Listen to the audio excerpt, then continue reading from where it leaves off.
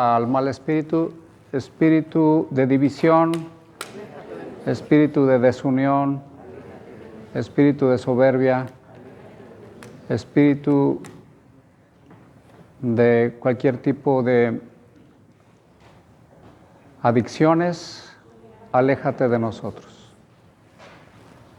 Ven, oh Espíritu Santo, por favor, hagan esta oración conmigo. Ven, oh Espíritu Santo, llena los corazones de tus fieles y enciende en ellos el fuego de tu amor. Envíanos, Señor, tu Espíritu y todo será creado y se renovará mi vida, la de mi familia y de toda la faz de la tierra. Amén. Muy bien, pues estamos ya en esta parte, en este cierre final.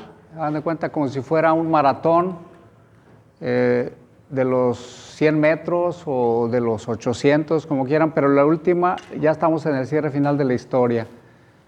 En estas lecturas que hemos estado escuchando se ve pues esa parte donde ya, digamos que sería el 31 de diciembre, ya por ahí como a las 11 de la noche, ya estamos terminando la historia.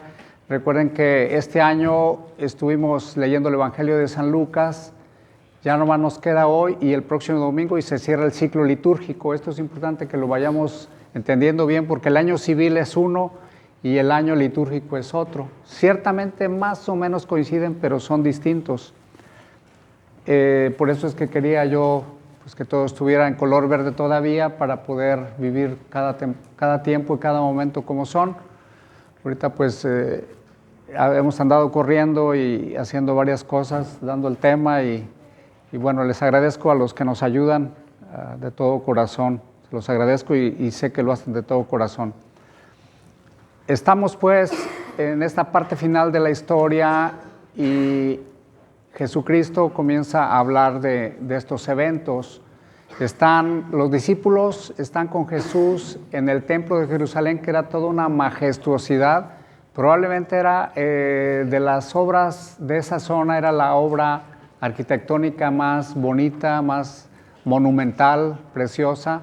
Había otras maravillas, hay por allí, cuando uno estudia la historia, hay las 7 maravillas, los jardines colgantes de Babilonia, las pirámides de Gizeh, el coloso de Rodas, solo por mencionar algunas.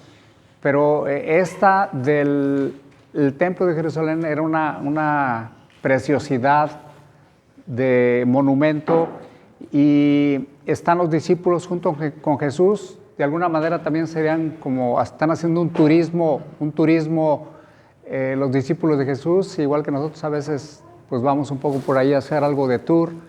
Están admirando la grandeza. Si algunos de ustedes tienen la oportunidad, pues algún día estar en la Basílica de San Pedro, pues se impresiona uno. Yo honestamente había días que me iba, sobre todo los primeros años que estuve allá, estuve 6 años en Roma, los primeros años y ya los últimos también, a sentarme en las escalinatas por allí, a orar o a hacer un poco de lectura, y se impresiona uno al ver esa obra tan grande. O cualquier otro lugar bonito, ¿verdad? Hay iglesias, gracias a Dios en Latinoamérica hay muchas iglesias bonitas. Aquí necesita uno buscarlas con lupa para encontrar iglesias bonitas. Una vez un niño de Colombia me dijo, oiga padre, pero esta iglesia parece una casa, dice, allá en mi pueblo, allá en mi ciudad estaban unas bien grandotas. Y tiene razón, digo, allí sí se hacen iglesias con la mano grande. Aquí, bueno, tratamos de hacer lo que se puede. El hecho es que los discípulos están con Jesús admirando la grandeza del templo de Jerusalén. Este templo había sido construido por Herodes, el hijo de Herodes el Grande, que cuando Jesús era niño trató de matarlo y que mató a los inocentes. Ese era el papá, y ahora cuando Jesús ya es grande, digamos alrededor de los 30 y tantos, está otro Herodes Antipas. Y bajo ese Herodes ese era el que estaba construyendo el templo. Como todo buen político, ¿verdad? Pues Digo, estaba tratando de promocionarse y todo para continuar.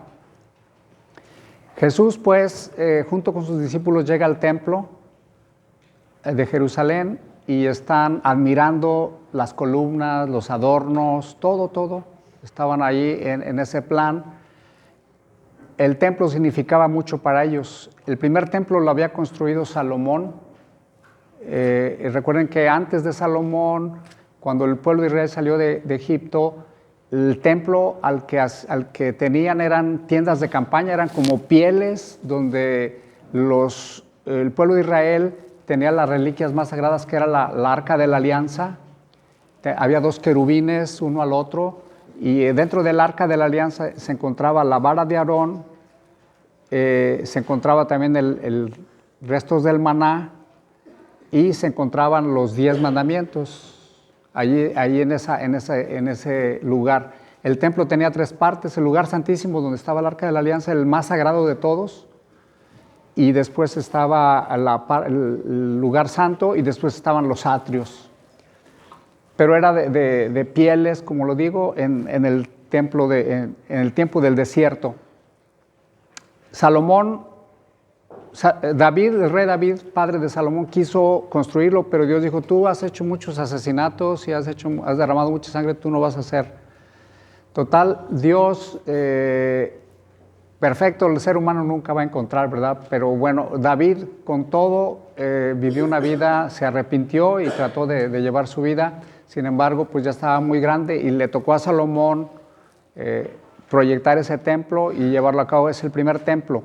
El segundo templo es cuando Jesús vive y está, pues, admirando. La puerta del Mesías, la muralla de Jerusalén, hay una puerta donde debería entrar el Mesías para entrar a su templo.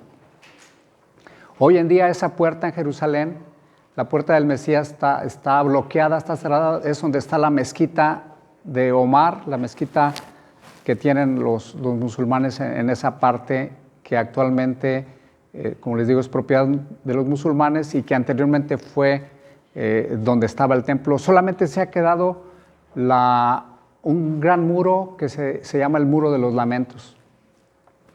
Es decir, para los judíos el templo era algo muy importante, pues era su vida, era el centro de todo. Como debería ser para nosotros el templo de Dios, debería ser, sobre todo en la Eucaristía, pues ser lo más importante para nosotros. La cuestión allí, y a lo que quiero llegar yo, es que cuando el ser humano cree haber llegado, los judíos creían haber llegado ya a la plenitud de su historia con ese templo, ya a lo máximo, tener ese templo así tan bien. Y Jesús dice, de aquí no va a quedar piedra sobre piedra, aquí todo va a ser destruido. Es decir, cuando los seres humanos a veces pensamos que hemos llegado a lo máximo, a veces resulta que aquello va a tener que demolerse, tirarse, y hay que sobrevivir, hay que tener las agallas, hay que tener la fe para seguir adelante. Muchos de ustedes probablemente en algún momento de su vida han conseguido grandes cosas económicamente hablando, pero pueden llegar momentos en que pareciera que eso, ¿verdad?, se va.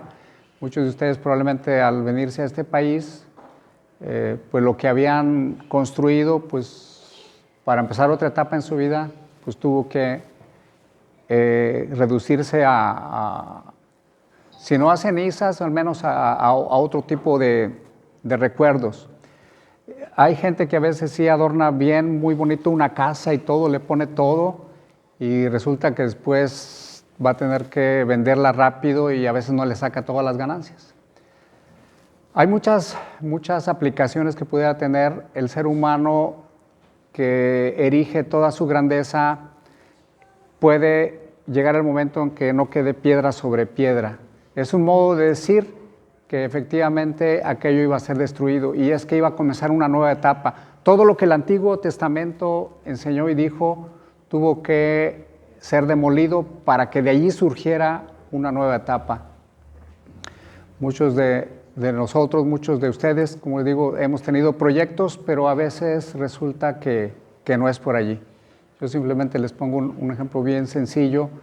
Cuando yo terminé la carrera como ingeniero en alimentos en la Facultad de Química, pues digo, ya me esperaban pues grandes trabajos. Sí, llegué a trabajar y todo, pero fue cuando el llamado al sacerdocio me vino mucho más fuerte y tuve que allí dejarlo, ¿verdad? Ya había conseguido, ya había estado haciendo algunos proyectos y bueno, así es el llamado de Dios. Hay otro tipo de situaciones que ocurren en la vida del ser humano y finalmente uno tiene que saber que el único seguro en esta vida es Dios. Simplemente muchos de ustedes ahorita, quisiera tocar este tema que es muy sensible para que cobremos ánimo. Muchos de ustedes, muchas familias tienen que en este momento tener dos planes. El plan de lo poquito, mucho, mediano que hayan conseguido aquí, decir, pues ¿cómo le voy a hacer para, si llega el hielo por aquí, cómo le voy a hacer? Me voy, dejo esto, ¿a quién se lo dejo? Y otro, si me quedo, ¿qué es lo que voy a seguir haciendo, verdad? Desafortunadamente están pasando muchas cosas y no nos queda más que confiar en Dios. Y si no nos adelantamos a tener dos planes, mucha gente va a sufrir. Por eso siempre hay que pensar que pueden ocurrir situaciones. Ojalá eso también nos ayude a tener una conducta más prudente al manejar, al conducirse. Mucha gente me estaba platicando, alguien,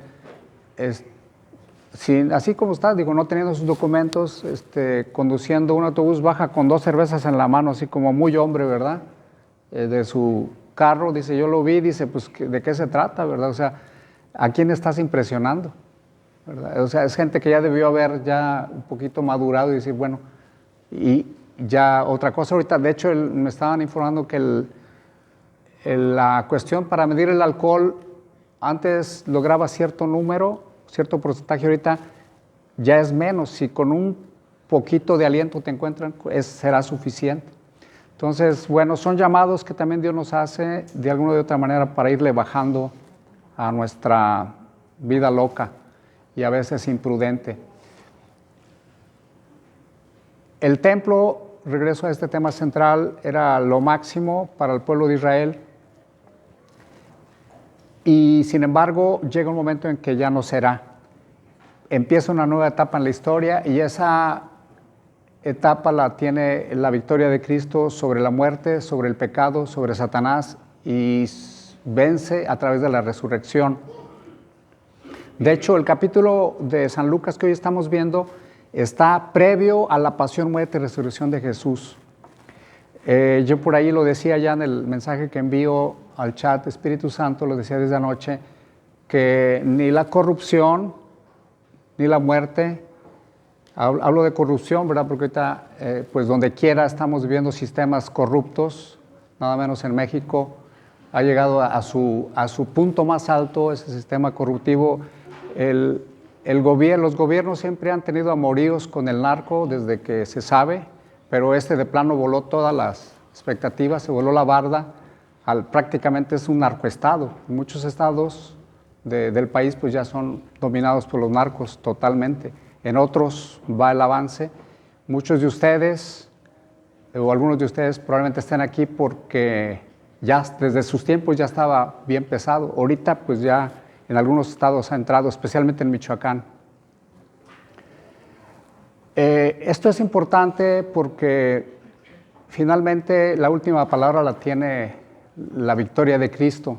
Es decir, ni la corrupción, ni el mal, ni siquiera la cuestión cercana del fin del mundo tiene la última palabra. La palabra última la tiene Cristo, su victoria en la cruz.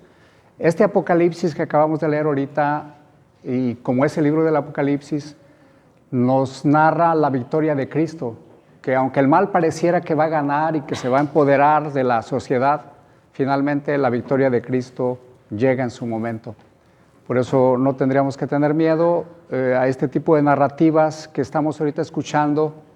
Debería de darnos la esperanza de que Cristo actúa, que Cristo vence.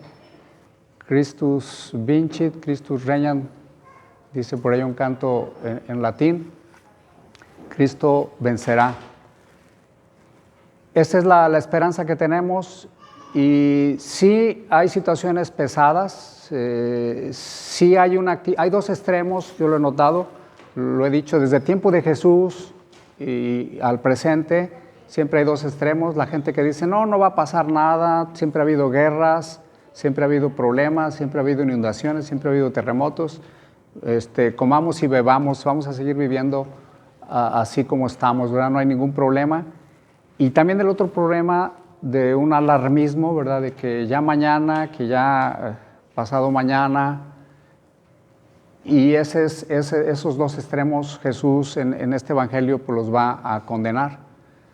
A nosotros más bien nos dice, antes de que venga todo eso, sepan ustedes, bueno, desde el domingo pasado ya se nos hablaba de esa etapa de apostasía, de que habrá situaciones difíciles, persecuciones, que habrá momentos de sufrir la fe, pero también el Señor nos asegura, dice que yo les daré palabras sabias para que ustedes puedan afrontar esa situación. Y aún a mí me gusta mucho esto que dice hoy el Evangelio, dice que para ustedes será una oportunidad para predicar el Evangelio. En medio de todas estas situaciones, Dios lo que espera de nosotros es que tengamos las agallas y el ánimo, la fuerza para seguir viviendo, creyendo en Jesús y predicando su palabra, predicando el Evangelio. No estar tan asustados. Ahora, ¿de dónde sacaremos esta fuerza? ¿De dónde sacaremos esta energía y esta confianza? Pues de una vida en comunión con Dios. No hay otra. Hoy en día, estaba escuchando en esta semana a un sacerdote que es psiquiatra y tiene muchas ayudas y todo para la gente. Dice, pero recuerden una cosa importante, que finalmente la oración y el Evangelio es el único poder que sana a la gente. Y lo está diciendo alguien que está bien metido en eso, que efectivamente lo único que te va a sacar adelante en tu vida va a ser la fe que tú tengas en Dios, lo que hayas cultivado en tu fe en Dios. Domingos pasados les platicaba de una de mis hermanas, la mayor, que pues ella hizo mucho la lucha para que como familia fueran a misa, ¿verdad? Se llevaba a sus niños, al Javi, a la Nancy, se los llevaba chiquitos y a la más grande y al papá, ¿verdad? Le decía, vente, vámonos a misa. Pues que no estás viendo que estoy viendo aquí las Chivas, estoy viendo aquí el partido, ¿verdad?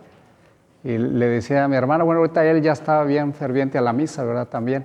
Dice, pues, le decía, pues que te salven las Chivas, el día de que te estés muriendo, a ver si es cierto que te salvan las Chivas, ¿verdad? Y así es, ¿verdad? Necesitamos aprender nosotros a buscar nuestra tabla de salvación en Jesucristo. Él ha vencido sobre la muerte, sobre el pecado, sobre la corrupción, sobre los temores mismos en toda esta cuestión del fin del mundo. Es importante pues que sepamos sí que hay situaciones difíciles, terremotos, que habrá muchas situaciones difíciles, pero que al final pues Dios va a salir adelante y a nosotros nos dice, ustedes tendrán la oportunidad de predicar, de hablar y dar testimonio de mi palabra. Es lo que quisiéramos hoy, pedirle a Dios que nos dé esa capacidad de hablar su palabra, pero para eso se requiere, ahora sí que estar en comunión con Dios, estar en la misa dominical y tener una vida de oración, pues ahora sí que fuerte. Dice San Pablo que nosotros los consolamos a ustedes y les damos palabras de aliento gracias a que Dios nos consuela a nosotros. Dios mismo nos da consolación. El otro día platicaba con Esperanza, ¿verdad? No sé si te acuerdas, Esperanza decía bueno, y el Padre a veces reza por la gente o está pidiendo por ellos, y ¿quién ora por él? O él cómo le hace para tener fuerza, ¿verdad? Si te acuerdas que me decías, ¿verdad? ¿Cómo le harán? Porque ella se preguntaba eso desde hace tiempo. No solamente viéndolo a mí como sacerdote, sino en general, ¿cómo le hacen los sacerdotes? Y digo, lo único que tenemos es eso, ¿verdad? Tener esa fuerza. Yo sinceramente, acabo de venir de un retiro sacerdotal y pues allí ocupo momentos. A mí estar delante de la naturaleza para mí me conecta con Dios de una manera bien fuerte. Ahí saco muchas pilas. Y aquí en la vida diaria yo pues vengo aquí ante el Santísimo, ¿verdad? Celebro la misa, Ustedes saben, aquí en Estados Unidos es difícil, la gente entre semana no tiene tiempo y el domingo también algunos no tienen tiempo. Pero bueno, yo digo, si yo, que estoy metido en esto, no celebro la misa o no me ofrezco para celebrar la misa en algún lugar, pues entonces, ¿qué va a pasar, verdad? Y yo de ahí es donde saco la fuerza. Cuando elevo la hostia, es decir, Cristo, el poder de Dios, está sobre toda otra situación, sobre cualquier situación de enfermedad o problema familiar, situaciones. Nuestro Señor está sobre todo, aún sobre mis mismos pecados y limitaciones que también como ser humano debo tener. Entonces, el auxilio nos va a venir siempre del Señor, que ha hecho los cielos y la tierra y que tiene el control, pero que no nos exime de la pasión, la muerte y la resurrección. Jesús mismo, después de decir este discurso, San Lucas lo va a ubicar ya en la parte final de su pasión, de su muerte y de su resurrección. Confiemos pues en que, aunque todo ha sido destruido y será destruido, muchas esperanzas humanas serán destruidas, nuestra fe en Dios no debe ser destruida. De hecho, podrán venir momentos, amados hermanos, no sé si nos toque, pero sí debemos estar preparados en que, como dicen por ahí, con una mano adelante y otra atrás, tenemos que llegar a nuestros lugares probablemente de origen, no lo sabemos, o aquí mismo, ¿verdad? Pero lo más importante es luchar. Si te toca luchar por construir un patrimonio, lucha fuerte, pero siempre con la confianza en Dios y siempre diciendo primero Dios y que se haga su voluntad. Ojo con esto, no estoy diciendo que estemos de flojos, porque San Pablo va duro y a la cabeza hoy, dice, el que no trabaje, que no coma. Segunda lectura de hoy. Eso es claro, no estoy hablando de eso, pero más bien que aunque trabajemos duro, no tengamos nuestra confianza en los bienes materiales, sino que confiemos en Dios, porque llegará un momento en que no quedará piedra sobre piedra, y eso el pueblo de Israel lo vio claramente en su famoso templo tan bonito y tan majestuoso. Finalmente no quedó piedra sobre piedra. Y bueno, así será el final de la historia. Sí, habrá situaciones difíciles. Muchos mesías dirán, yo soy el Mesías, sígueme a mí. De hecho, muchos presidentes, desde el tiempo de Pilatos, muchos políticos se consideran los mesías, ¿verdad? Y ahí está la gente, pues prácticamente confiando en ellos, cuando sabemos, y lo he dicho por aquí, les habla alguien que ha tratado de conocer la historia de su propio país, que ni la derecha ni la izquierda han sido la solución, porque siempre finalmente se alían para fregar al de a pie, y la única solución es Dios nuestro Señor. Por eso una estrategia que está haciendo hoy en muchas partes del mundo, y aquí sí tenemos que estar atentos porque está haciendo algo global, dividir a los países, dividir a las familias, y pues no vamos a darles el gusto, ¿verdad? Vamos a tratar de ser humildes, como dice Malaquías, ¿verdad? Que a los humildes Dios les dará su bendición, los protegerá, los sacará adelante, pero a los soberbios el fuego que arderá y los consumirá. Pidámosle pues al Señor que seamos humildes, sencillos, para escuchar su palabra y para seguir construyendo su reino de amor, seguir construyendo esta iglesia con nuestra fe, con nuestro servicio, con la esperanza que Dios nos da y con esa humildad que el Señor también nos da a cada uno de nosotros, en el nombre del Padre, del Hijo y del Espíritu Santo. Amén.